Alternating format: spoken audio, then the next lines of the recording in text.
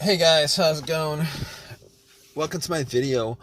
All right, guys. Just want to give you guys a quick fix on an issue that I had the other day. So basically, I had this issue with my car, and this came out of nowhere. Actually, the car was like driving fine for most of the day, and went to a McDonald's to get something to eat. Came out about 30 minutes later, got into my car, and tried to start it, and it was not starting at all. There was no crank. There was no. It was, but everything else worked inside the car. I mean, I was able to, um, you know, the alarm worked. The alarm worked. Well, the remote worked. The all the lights on the dash worked. The blower motor works. Like everything worked as normal, except that it would not crank. It would not start up. It would not crank. So that was a bit of a, uh, you know, an annoyance, a frustration that I was dealing with, and I was like, okay, this, this car has been pretty good. I've had virtually no issues with it. It's driven fine. There's no check engine light. Haven't had any issues with it since I had it. And all of a sudden, this came up where, out of nowhere, out of the blue, it just would not start up.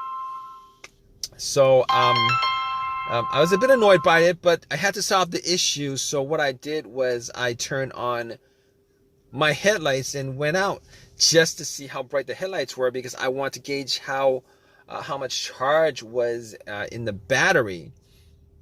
Maybe the battery had, maybe I need to change the battery or something. But the headlights were like super, super, super bright. So at that point, I was like, maybe it's not the battery, because I mean, for headlights to be that bright, there should be enough charge in the battery for me to do a slow crank. I should be hearing like some kind of crank, some kind of slow crank, but did not get any of that. So that had me scratching my head. I went back into my car, and pretty much what I did was, um, I was thinking that it could possibly be the brake switch. So what I did was, I had this, little. It's called a brake lock, where it locks the brake, but it's like for security reason. But I used that to push the brakes, and then went out to see whether the brake lights were working, and the brake lights were working just fine. So I knew that it wasn't the brake switch that was the issue, which I kind of thought it was, but it wasn't. So after that, what I did was, I checked the battery, just to make sure, whether, the terminals were good, clean, etc., etc. Now, what I did notice that the terminals were a little bit corroded. There was some white bluish stuff on there. So I had my Coke that I got from McDonald's, poured the Coke on the terminals, and had some napkins to clean it up. Now, the terminals were not super super tight. They were tight enough that I don't think that was the issue with it. So it was tight enough. I took the terminals off, poured some Coke on it, cleaned it with napkins, popped it back in, and for sure I thought that would actually fix the issue. Try to start it, it would not crank. Same situation, would not crank, would not start. So outside of that, I was like, okay, let's check the ground wire. The main ground wire, if you guys don't know, is the negative cable. Normally, it hooks up to the frame of the car. So I was looking at the ground wire just to see whether there was any kind of just to see whether it was corroded, disconnected, rusted, or anything like that. There was a little bit of rust, but nothing that I thought would affect the electricity going to the battery to the car.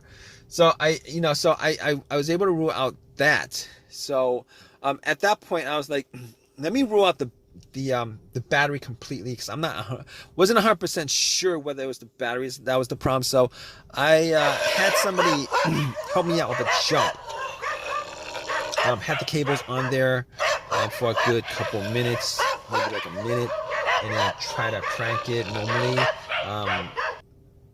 it should crank at least a little, with it hooked up, and it did not crank at all. So because it didn't crank at all, I knew 100% that was in the battery.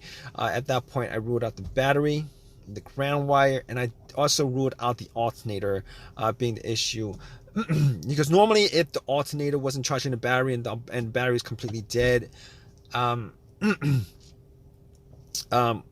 test for the alternator is if you put wires to the terminals, it should jump the alternator and then and then it should at least crank up. And once you take the cables off, the car would die. So at that point, I could rule out the alternator. I could rule out all those things at that point.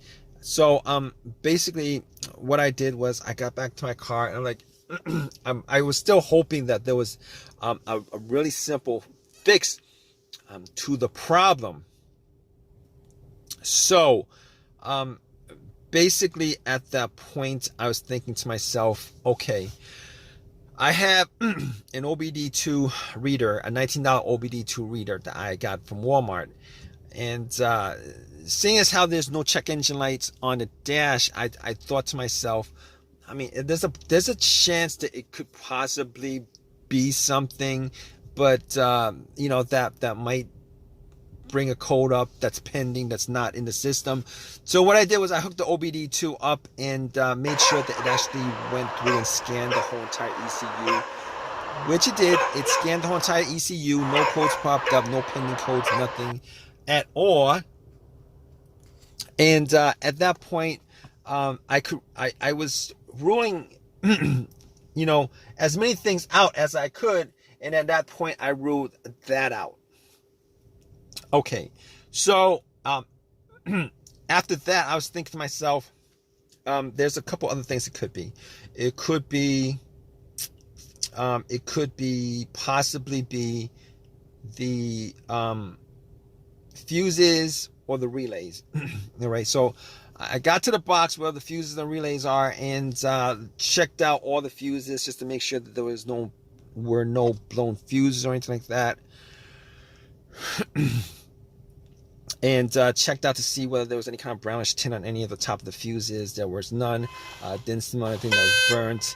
And then I recalled that there were two situations where I've experienced where the fuses caused my car not to start, and this was cars that I've had previously. One of those situations was the car that I had, there was no power at all to the car, nothing was on, etc., etc. And in that situation, it turned out to be the main fuse that was blown. It was the main fuse that was blown. But once I swapped that out, it actually fixed everything. But that's not this situation here, because I was getting power to everything else except it wouldn't crank. It wouldn't start, it wouldn't crank. So that wasn't the situation. The other situation where where there was a fuse issue that caused no start was the car would crank but it wouldn't turn over.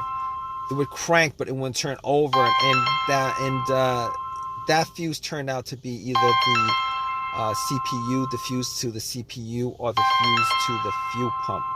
Now that unfortunately wasn't the quick fix for this car, because there's no cranking. This car is not cranking. It's not cranking at all. So that wasn't the problem. At that point, I was thinking to myself, all right, we've eliminated a lot of things. Let's go with the next most obvious thing, which is the relays. And I actually thought it may have been a relay that would be causing the issue. So basically what I did was I swapped out one of the relays for the other relay and try to start the car up.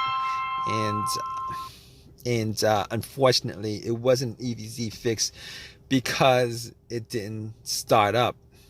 It was the same situation. It would not crank, would not start. And at that point, I knew that it wasn't the relay that was the cause of this issue. So basically, at that point, I thought to myself, okay, it was probably a couple of things. Could be the key fob or the starter. Now, I didn't think it was the starter because I had the starter changed up about a year and a half ago. Kind of pretty much had the same, all the same symptoms that I had with this situation, but seeing as how the starter was a year and a half ago that was changed out, and probably put in maybe like 15,000 miles on the car. It wasn't the first thing that popped up, and it wasn't the second thing that popped up. It was, so I pretty much eliminated to the starter, had the car towed back to my house, and once I got there, I pretty much redid all the, went through everything, the fuses, the relays again, double check the battery, charge it up overnight, etc., etc. None of that was the issue. So at that point, I thought it was, it was probably the starter. So I got to the starter and did a direct jolt to it, where I actually put the positive of the battery, got another wire, put a positive of the battery to the, and try to jump the starter, and the starter was completely dead, would not jump. At that point, I knew like 99% was the starter. Took it out, went to AutoZone, had them tested it, and it was definitely the starter that was the problem. And because the starter was warranted had a lifetime warranty on it, got another free starter, popped it in, and it worked. And it's been working ever since. So if you guys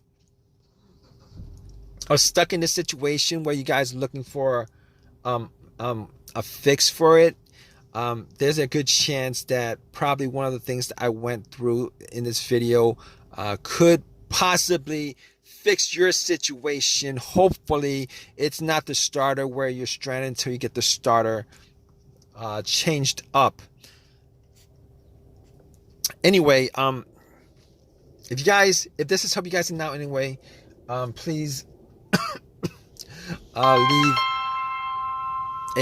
me a positive feedback. Please subscribe. Please comment if you guys have any comment on this video. All right, guys, take care.